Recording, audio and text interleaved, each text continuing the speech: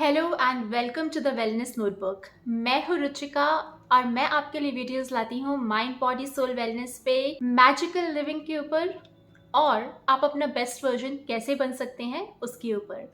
तो आज की जो मेरी वीडियो है वो वीडियो है उन 3 बुक्स के बारे में, उन 3 किताबों के बारे में जिन्होंने मेरी लाइफ चेंज कर दी।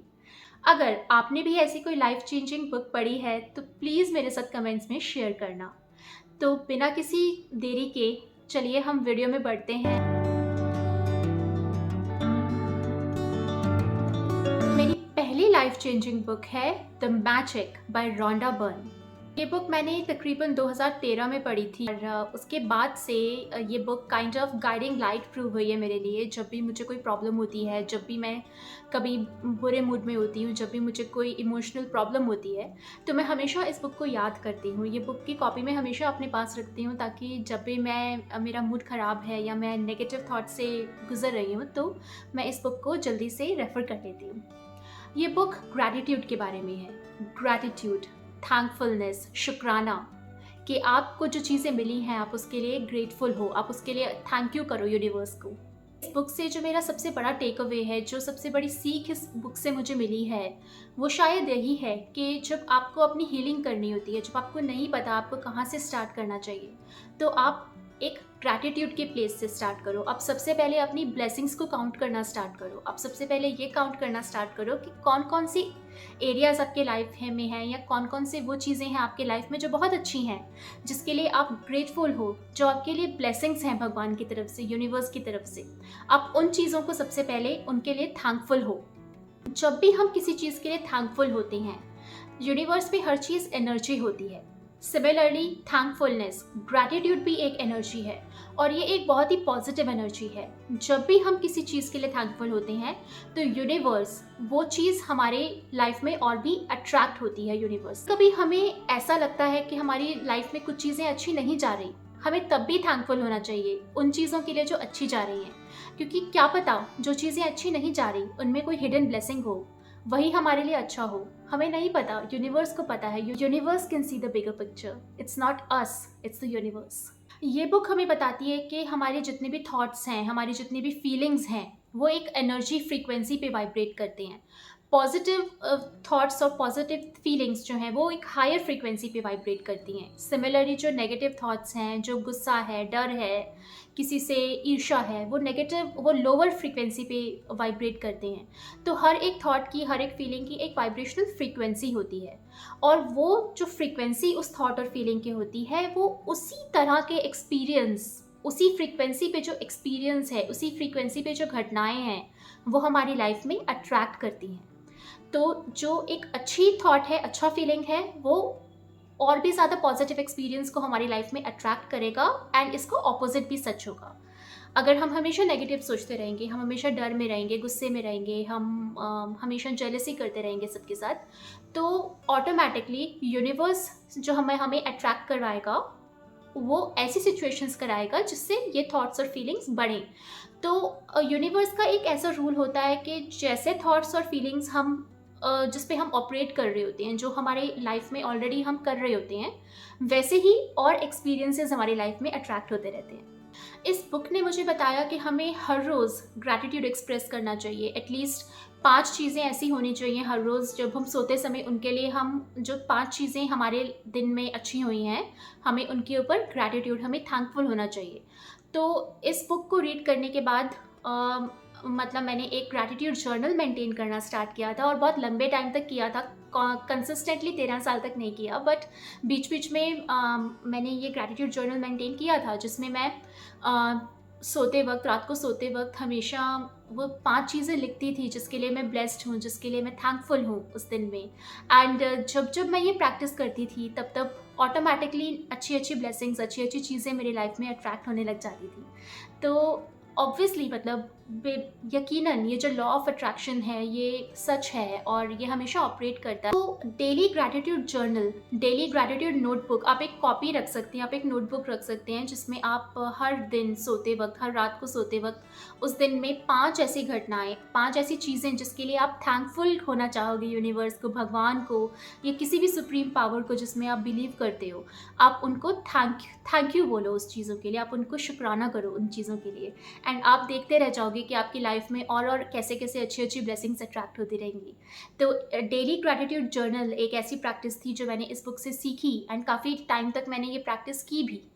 तो जब मैं जर्नलिंग सिखाती हूँ, जब मैं जर्नलिंग के बारे में बताती हूँ सबको, तो ग्रैटिट्यूड जर्नलिंग एक ऐसी मोडालिटी है जो हमेशा मैं लोगों को कहती हूँ कि आप करो, बिकॉज़ ये बहुत ही इफ़ेक्टिव है और इससे यकीनन फ़ायदे होते हैं। अब जैसा कि मैंने बोला कि इस बुक ने मुझे सिखाया कि थैंकफुलनेस, ग्रैटिट्यूड को अपनी लाइफ में इंक्लूड करो। तो कुछ ऐसे थॉट्स होते हैं, हमारे सारे सबकॉन्शियस पैटर्न्स होते हैं जो हमारी लाइफ में हमें अपने पेरेंट्स से या हमें अपने फ्रेंड्स से या हमें आसपास की अपनी सोसाइटी से सीखने को मिल जाते हैं। तो सिमिलरली एक ऐसा पैटर्न होता है कि खर्चा कम करो, मनी मत खर्चो, जितना आप खर्चा करोगे उतनी बुरी बात है। जबकि इस बुक ने मुझे उसका कुछ ऑपोजिट सिखाया कि जब भी आप मनी स्पेंड करते हो कि आप थैंकफुल हो उस मनी स्पेंड करने के लिए। जब भी आपकी मनी स्पेंड होती है, you just be thankful to the universe कि थैंक यू यूनिवर्स, मैं ये मनी स्पेंड करने के लायक हूँ, मेरे पास मनी है तभी मैं स्पेंड कर पा रही हूँ। भी आप कुछ लेते हो तो ऐसा मत सोचो हो माय गॉड खर्चा हो गया, ये मत सोचो। आप ये सोचो कि I am thankful, I am blessed कि मैं ये चीज़ अफोर्ड कर पा रही हूँ। कई लोगों को देखा अपनी लाइफ में कि जो बिल्स भरते हुए कि हमारे मेडिकल बिल्स पे खर्चा हो गया, water bills, electricity bills, computer के, इंटरनेट की बिल्स पे खर्चा हो गया। वो बिल्स भरते वक्त हम अनॉय फील करते हैं, we get annoyed, we get really pissed off कि ये बिल्स हमें भरने पड़ रहे हैं। बट हमें उन बिल्स के लिए भी थैंकफुल होना चाहिए क्योंकि हम वो बिल्स भर पा रहे हैं, हम उन बेसिक अमेनिटीज़ को, हम उन सुविधाओं को अफोर्ड कर पा रहे हैं, तभी हम वो बिल भर रहे हैं। तो हम काइंड ऑफ ब्लेस्ड हैं क्योंकि हर कोई ये चीज़ें, ये सुविधाएं नहीं अफोर्ड कर पाता। तो इस बुक ने मेरे माइंडसेट में एक चेंज लेके आया कि जिन चीज़ों के लिए हम अनॉय होते हैं, खर्चे के लिए हम अनॉय होते हैं, we don't have to do this, we have to be rather grateful for all the things that we are blessed about. Secondly जो चीज़ें, मेरी रिलेशनशिप्स बहुत इम्प्रूव हो गई इस बुक के बाद, बिकॉज जब भी मतलब मेरी फैमिली मेरे लिए कुछ छोटी छोटी चीज़ें करती हैं तो मैं हमेशा ग्रेटफुल होती हूँ, मैं हमेशा थैंकफुल होती हूँ। मैं यूनिवर्स का, भगवान का, सुप्रीम पावर का हमेशा शुक्रिया अदा करती हूँ कि वो मेरा इतना ध्यान रखते हैं एंड वो चीज़ें मेरे लिए कर रहे हैं। They are loving me unconditionally, they are supporting me, they are being so kind towards me and they are being a great family. Personal relationships भी काफ़ी हद तक इम्प्रूव हो जाती हैं when you pay gratitude, because कोई भी आपके लिए कोई छोटी सी चीज़ भी करता है and you become thankful for that person, तो automatically that brings upon more blessings to your life. इस वीडियो ने मुझे कुछ रिचुअल्स भी बताए थे जैसे मैजिकल रॉक और मैजिक अबंडेंस चेक। तो ये वीडियो बहुत लंबा हो जाएगा अगर मैं उन रिचुअल्स के बारे में भी बात करूँगी। तो आप मेरे साथ कमेंट्स में शेयर कीजिए कि क्या मैं इन 2 रिचुअल्स के ऊपर डिटेल वीडियो बनाऊँ। अगर आप मुझे कमेंट्स में बोलेंगे या मुझे ईमेल करके बोलेंगे तो मैं ज़रूर यकीनन इन टॉपिक्स के ऊपर और भी वीडियोस बनाऊंगी। And the magic by Rhonda Byrne is one of the first books, is one of the most amazing books that I've read, and this is one of those 3 books that have really changed my life. तो इससे पहले हम second book के ऊपर आए, मैं आपसे अर्ज करना चाहूँगी कि ये मेरा नया चैनल है the wellness notebook. This is a new channel, आप इसको ज़रूर सब्सक्राइब कीजिए। एंड आपके सर्कल में कोई भी ऐसा है, आपके फ्रेंड्स फैमिलीज़ में जिनको self improvement, mind body soul wellness और मैजिकल लिविंग के बारे में बहुत इंटरेस्ट है, तो आप ज़रूर उनके साथ ये चैनल और मेरी वीडियोज़ शेयर करना। It will be a great help and great support for me, and I would be really grateful to you for doing this.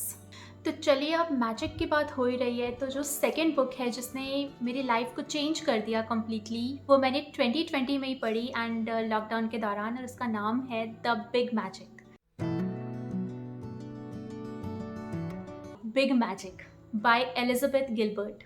इस बुक ने मुझे एक्चुअली इंस्पायर किया वो करने के लिए जो मैं हमेशा से करना चाहती थी, which is learning more about mind body soul wellness. मैं हमेशा से अराउंड 14-15 साल से कॉर्पोरेट जॉब में हूँ, ट्रेनिंग इंडस्ट्री में हूँ।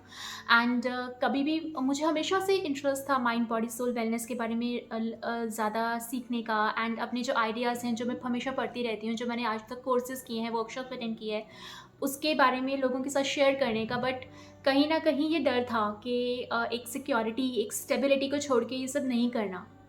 तो अगर आप भी मेरे जैसे हो, अगर आप भी क्रिएटिव पर्सन हो, जो अपने एक बाउंड्री में बैठा हुआ है एंड अपने ड्रीम्स को पूरा नहीं करना चाह रहा, या उसको कुछ चीज़ें रोक रही हैं, कुछ लिमिटिंग बिलीव्स उसको रोक रही हैं, तो ये बुक आपके लिए मस्ट रीड है।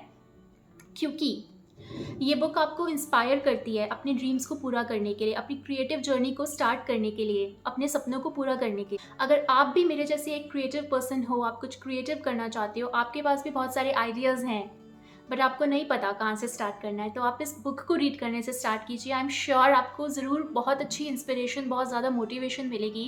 एंड अगर आप चाहते हैं कि मैं इस बुक के ऊपर डिटेल वीडियो बनाऊं, तो आप अगेन मुझे कमेंट्स में बताइए, मैं ज़रूर बनाऊंगी इस बुक की समरी के ऊपर एक वीडियो।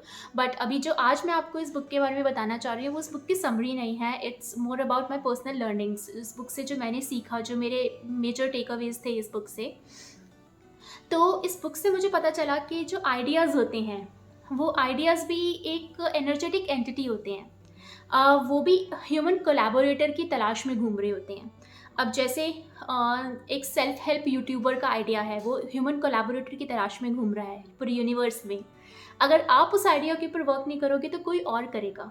तो आप उठिए एंड अपने उस आइडिया के ऊपर वर्क कीजिए, बिकॉज वो आइडिया आपके पास आया है। इसी बात का मतलब ये है कि आप उस आइडिया को पूरा करने में कैपेबल हो। आप के पास वो सारी कैपेबिलिटीज़ हैं, वो सारे रिसोर्सेज हैं, वो सारा मतलब फ्रेमवर्क है जो आप उस आइडिया को पूरा कर पाओगे। तो हमेशा मतलब जो आइडियाज़ हैं आपको तभी आते हैं because you are capable of fulfilling them. अगर आप पूरा नहीं करोगे, आप उसको इग्नोर कर दोगे, तो वो आइडिया किसी और के पास चला जाएगा, कोई और उसको फुलफिल करेगा। आपका जो ड्रीम है कोई और उसको जिएगा। अगर आप भी ये सोचते हो कि माय गॉड, अब तो मेरी एज निकल गई, लोग क्या कहेंगे, अब मैं 14 साल की स्टेबल जॉब के बाद मैं यूट्यूब चैनल स्टार्ट करूँगा, what will people will say I have grown crazy. तो अगर आपके भी ऐसे ही लिमिटिंग बिलीव्स हैं, तो do read this book. It will really motivate you, it will really put you on the correct path of creative living. Yes, creative living एक ऐसी term है जो इंट्रोड्यूस की इस बुक ने मुझे, and in the subsequent video मैं आपको बताऊंगी कि क्रिएटिव लिविंग क्या होता है। इस बुक ने मुझे बताया, इस बुक ने मुझे रियलाइज़ करवाया कि creativity is your birth right. अगर आपके पास कोई पैशन है, कोई पैशन प्रोजेक्ट है, अगर आप उसको करना चाहते हो, तो you don't need any one else's permission to do that. आप you can go ahead and आप हर हाल में उसको करो, बिकॉज जो क्रिएटिव आइडिया आपके पास है, you have full potential, you have full birth right to make that idea work. आप अपनी कैपेसिटी में उसको करो। अब ज़रूरी नहीं है आप अपना जॉब छोड़ो उसको करने के लिए, ज़रूरी नहीं है आपके पास एक बहुत सारा इन्वेस्टमेंट इकट्ठा हो जाएगा आप तब करोगे, या आपकी सेविंग अकाउंट में इतने पैसे आ जाएंगे आप तब उस आइडिया को इम्प्लीमेंट करोगे। आप अभी जिस हाल में हो उसी हाल में आप छोटे छोटे बेबी स्टेप्स लेना शुरू करो उस आइडिया को इम्प्लीमेंट करने के लिए, because creativity is your birth right. आपको क्रिएटिव होने के लिए किसी की परमिशन की ज़रूरत नहीं है, और आपको कुछ स्पेशल तैयारियां करने की भी ज़रूरत नहीं है, बिकॉज आपके पास जो आपके टैलेंट्स हैं, जो आपके आइडियाज़ हैं, वो आपके पास तभी आए हैं because you are the right person to take that idea ahead. तो जो आपका बर्थ राइट है, being creative, you just fulfil that at this very moment. इसी बुक ने मुझे इंस्पायर किया कि मुझे अपनी फुल टाइम जॉब छोड़ने की ज़रूरत नहीं है अपना यूट्यूब स्टार्ट करने के लिए। मतलब अगर मेरे पास आइडिया है, अगर मेरे पास कुछ चीज़ें हैं लोगों के साथ शेयर करने के लिए, which will improve their life, which will improve their way of thinking, which will improve their mind set, so I can do this eight this very moment. जितना भी मुझे टाइम मिल पा रहा है, जैसे भी मिल पा रहा है, मैं उसी दौरान उसको पूरा कर सकती हूँ। उससे मेरी भी एक क्रिएटिव फुलफिलमेंट होगी, मेरे लिए भी एक पाथ क्लियर होगा, एंड उससे लोगों की भी हेल्प होगी। आपको अपनी जॉब छोड़ने की, आपको कुछ भी करने की ऐसा आउट ऑफ द बॉक्स ज़रूरत नहीं है। अगर आपको कुकिंग अच्छी लगती है तो आपको मास्टर शेफ जीतने की ज़रूरत नहीं है। अगर आपको डांस अच्छा लगता है तो आपको डांस इंडिया डांस जीतने की ज़रूरत नहीं है। आप अभी के अभी इसी अपनी पोजीशन में एक कैमरा और एक ट्राइपॉड लेके अभी अपनी जर्नी स्टार्ट कर सकते हैं। YouTube, social media, Instagram great avenues हैं। आप बिल्कुल अपनी क्रिएटिव जर्नी को स्टार्ट कर सकते हैं। You have to not make great preparations to do that. एक और चीज़ जो इस बुक ने मुझे सिखाई इज़ दैट कि अपनी क्रिएटिव जर्नी की, अपने क्रिएटिव पैशन के लिए आप खुद रिस्पॉन्सिबिलिटी लो। ये किसी और दूसरे की रिस्पॉन्सिबिलिटी नहीं है। अगर आप अपने पार्टनर से, अपने बच्चों से, मदर इन लॉ से, पेरेंट्स से परमिशन लेने जाओगे तो आपकी पूरी लाइफ निकल जाएगी। So whatever you want to do, take full responsibility of that. Whenever you are on a creative path, अपनी जो एग्जिस्टिंग सोर्स ऑफ इनकम है उसको एकदम से मत छोड़ो। You just don't leave your job at once because it will take care of your finances. अगर आप अपनी क्रिएटिविटी को छोड़ के फिनेंसेस के बारे में चिंता करने लग जाओगे दैट अभी मुझे आज ही मैंने चैनल स्टार्ट किया है, मुझे पूरा फुल स्ट्रीम ऑफ इनकम इससे आने लग जाए, तो आपका ध्यान पूरा जितना भी है वो फिनेंसेस के ऊपर चला जाएगा और आपकी क्रिएटिविटी कहीं पीछे रह जाएगी। तो साथ साथ परस्यू करना चीज़ों को is another great idea because it gives you liberty, it gives you financial freedom to fulfil your creative idea to the fullest. Lastly, अपनी क्रिएटिविटी को मनी से मेजर कभी मत करो। There is no measure of creativity with money. Money and finances is something जो materialistic aspects हैं वो अपने आप टेक केयर हो जाएंगे जब आप अपने क्रिएटिव पैशन को, आप अपनी क्रिएटिव पाथ को पूरा डिलीजेंटली फॉलो करोगे। इट ऑल्सो टॉट मी कि age is not the limit, कि एज एक बहुत ही ज़्यादा लिमिटिंग फैक्टर होता है, लिमिटिंग बिलीफ होता है लोगों के माइंड में दैट हमारी एक पर्टिकुलर एज निकल गई। In 40s, we are now in 50s, we can't start anything new, which is again a limiting belief. It's just in to your thought, it's just in your mind, it's not the reality. So और भी बहुत चीज़ें मुझे इस book से सीखने को मिली regarding creativity, regarding following your passion, regarding living creatively. Living creatively means doing your creative purpose in whatever manner you can today at this moment right now. So if you want me to create a detailed video about the summary of this book, then please do let me know in the comments. And if you want to purchase these books, I am also giving the Amazon links for these books in the description box, so do check. Third book which changed my life is Dying to be Me by Anita Moorjani. ये book around 2017 में पढ़ी and कितना perspective shift किया इसने मेरा। ये book बहुत special है बिकॉज इससे मुझे first time near death experience के बारे में पता चला। हम सबको मरने से डर लगता है, we all fear death, we all fear that there is someone out there to punish us based on our karmas. हाँ, एक हेवन और हेल का कॉन्सेप्ट है, हम सब ये सोचते हैं, लेकिन क्या ये सच में होता है या ये सिर्फ स्टोरीज़ हैं? दुनिया में बहुत सारे लोगों को नियर डेथ एक्सपीरियंस होता है या NDE होता है, and Anita Moorjani was one of those. Anita Moorjani का जन्म सिंगापुर में हुआ and later she move to Hong Kong. She married a great person, but उनको एक दिन एक बहुत ही rare and aggressive form of lymphoma, एक लिम्फ नोड्स का कैंसर डायग्नोज हुआ। कैंसर एज अ डिज़ीज़ उनकी फ्रेंड्स और फैमिलीज़ में पहले भी बहुत सारे लोगों को हो चुका था और उनको इस डिज़ीज़ से बहुत ही डर लगता था and she was really paranoid. जब उनको ये डायग्नोज हुआ, उन्होंने कम्प्लीटली काइंड ऑफ ट्रीटमेंट कराने से मना कर दिया एंड ऑल्टरनेटिव थेरेपीज़ में उन्होंने रिलाई किया। ऑल्टरनेटिव थेरेपीज़ उन्होंने ली, ट्रीटमेंट नहीं कराया और विद टाइम उनका ये एग्रेसिव कैंसर फैलता it became really and stage और उनको एक दिन वो कॉमा में चली गई एंड जब वो कॉमा में चली गई तब उनको नियर डेथ एक्सपीरियंस हुआ। सो उनको नियर डेथ एक्सपीरियंस में क्या फील हुआ? In her near death experience she experienced unconditional love all around us. She experienced a great stream of love coming towards us from all directions. Experienced leaving her physical body. उनको ये experience हुआ कि उन्होंने अपनी physical body को leave कर दिया है and still she is connected to everything and everyone. All her births, all her families and friends in all her births, she is connected to them. She is with them. She was able to see, she was able to perceive and hear. वो सब सुन पा रही थी वहाँ पे जो doctors and nurses, हालांकि वो technically she was dead, but she was able to listen कि वहाँ पे नर्सेज और डॉक्टर्स क्या बात कर रहे हैं, और उनके जो हस्बैंड आ रहे थे या उनके ब्रदर आ रहे थे एयरपोर्ट पे, उन्होंने क्या कपड़े पहने हुए हैं, she was able to determine that as well while she was laying kind of completely dead in her hospital. उसके बाद उनको ये एक्सपीरियंस हुआ, वो एक लाइट की रेलम में गई हैं जहाँ पे उनके फादर जो पहले से ही पास ऑन हो चुके थे, वो उनसे मिले, उनकी सोल उनसे मिली, एंड उस जगह के ऊपर there was no judgment, there was no hatred, there was no negativity. That was a place just filled with unconditional love, warmth, comfort, and devoid of any kind of pain और negativity. उस point पे उनकी soul को realise हुआ कि अभी उनका time नहीं हुआ है टू मूव ऑन, एंड उनको वापस जाना है अपनी बॉडी में to fulfill her mission, and इस रियलिटी के बारे में, इस रेल्म के बारे में पूरी दुनिया के साथ शेयर करना है, नियर डेथ एक्सपीरियंस के बारे में सबके साथ शेयर करना है.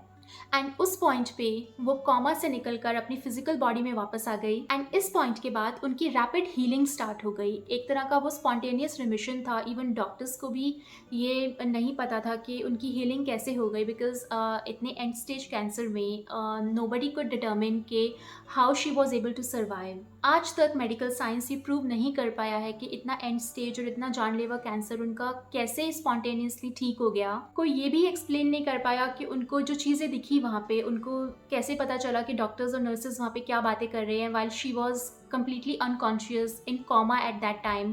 So a lot of unexplainable events वहाँ पे हुए, lot of unexplainable things happened, जिसका explanation मेडिकल साइंस के बारे में साइंटिफिकली किसी के पास भी नहीं है. ये बुक मेरे लिए लाइफ चेंजिंग इसलिए थी because it not only gave me a perspective about near death experience, इसने मुझे ये भी बताया कि हमारी इस रेल्म के, हमारे इस वर्ल्ड के बियॉन्ड भी एक दूसरी रेल्म है जहाँ पे there is nothing but unconditional love, unconditional support, unconditional blessings for us. And it's all about our soul's journey. Our souls is eternal, as Hindu scriptures also say. Near death experience is something जो मैं अपने upcoming videos में भी उसकी stories सुनाऊंगी, and it's a phenomena which is very interesting, and you can learn a lot of things about the realm beyond, and our soul's journey with these stories. So do consider subscribing to my channel. So with this I sign off for today. मैं अपनी video को इस बात के साथ and करती हूँ, and ये 3 बुक्स थी जिसने मेरी लाइफ को चेंज किया, एंड आपकी लाइफ्स को किस बुक्स ने चेंज किया, do share with me in the comments. And as I say, please subscribe to my channel. This is a new channel and I really need your support and your blessings to grow on this platform. Do stay connected, and bye for now. Thank you.